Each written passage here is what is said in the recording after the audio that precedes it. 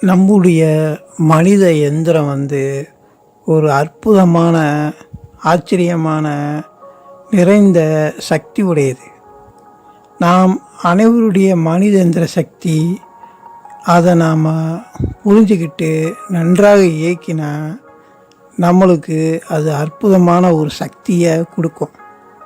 ஒவ்வொரு ஆத்மாவும் ஒரு பிறவி பயணத்தை காலச்சக்கரத்தில் இணைந்து இந்த பூமியில் பயணம் செஞ்சு வாழ்ந்து கொண்டிருக்கும். இந்த ஆத்மா பயணம் எந்த காலகட்டத்தில் தொடங்குச்சுன்னு எப்போது முடியும்னு நம்மளுக்கு தெரியாது. ஒரு உதாரணமாக ராமாயண காலத்தில் கூட தொடங்கியிருக்கலாம். இப்போ கலியுகம் வரைக்கும் இந்த ஆத்மா பயணம் செஞ்சு வாழ்ந்துக்கிருக்கலாம். இந்த நுணுக்கமான காலப்பயணம் நம்ம அனைவருக்குமே தெரியாது. இந்த நுணுக்கமான செயலை நாம் அனைவரும் அறிந்து தெரிஞ்சு கொள்ளணும். ஒவ்வொரு முறையும் ஒவ்வொரு பயணத்துக்காக ஆத்மா பிறவி பயணத்தை எடுத்து இந்த உடலில் இந்த பூமியில் பிறந்து வாழ்ந்து தன்னுடைய கர்ம பதிவுகளை, நல்ல கர்மாவையும் தீய கர்மாவையும் அனுபவிக்க இந்த பூமியில் பிறக்குது. அது தாயாரின் கர்ப்பத்தில் 9 மாத காலம் இறைவனை வேண்டி தவம் செஞ்சு உலகத்தில் வாழ்க்கையை வாழ ஒரு பயணம் செய்யுது. இந்த பயணம் ஒரே தொடர்கதையாக இருக்குது. நம்மளுடைய கர்ம வினைகளை நம்ம அழிக்க முடியாமல் பிறவி பயணத்தை தொடர்ந்துக்கிட்டே இருக்கோம். இந்த பிறவி பயணத்தை நம்ம அறியணும். அறிஞ்சு அதை வெற்றி கொள்ள ஒரு சூட்சும வழி உயிர்நில சக்தி தியானம்தான் இது. நம்ம பிறவி எடுக்கவே 9 மாத காலத்தில் தாயார் கர்ப்பத்தில் தவம் செய்கிறோம். அதே போல் இந்த பூமியில் நம்ம எவ்வளோ நாள் வாழ போகிறோன்னு தெரியாது.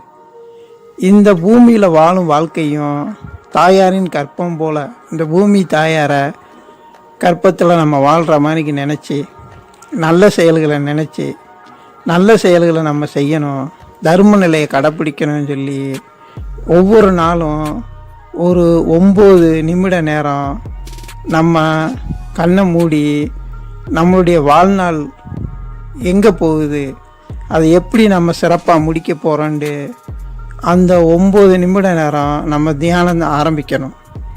அந்த 9 நிமிடம் 9 நிமிடம் 18 நிமிடம் அப்படின்னு சொல்லி நம்மளுடைய அந்த தியான நிலையை அதிகப்படுத்திகிட்டே போகணும். அப்போ நம்மளுக்கு ஒரு சிறந்த நிலை சக்தி, உயிர்நிலை சக்தி உருவாகும். அதை நம்ம அணுவ ரீதியாக உணர்றது நம்மளுக்கு தெரியும்.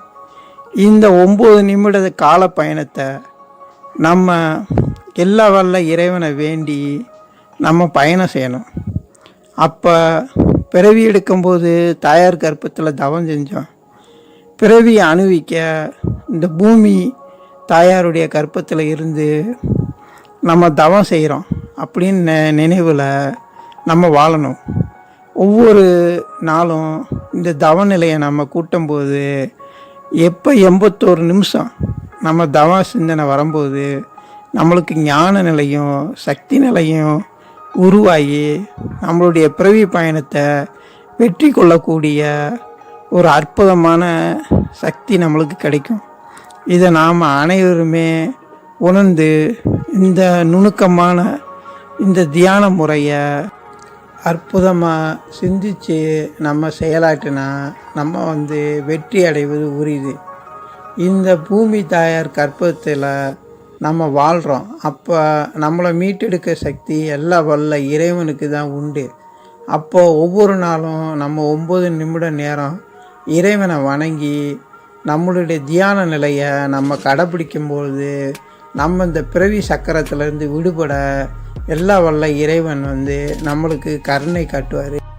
எங்கள் யூடியூப் சேனலை சப்ஸ்கிரைப் பண்ணுங்கள், பெல் பட்டனை கிளிக் பண்ணுங்கள், லைக் பண்ணுங்கள், கமெண்ட் பண்ணுங்கள், ஷேர் பண்ணுங்கள். நன்றி. அன்புடன் இறைவனின்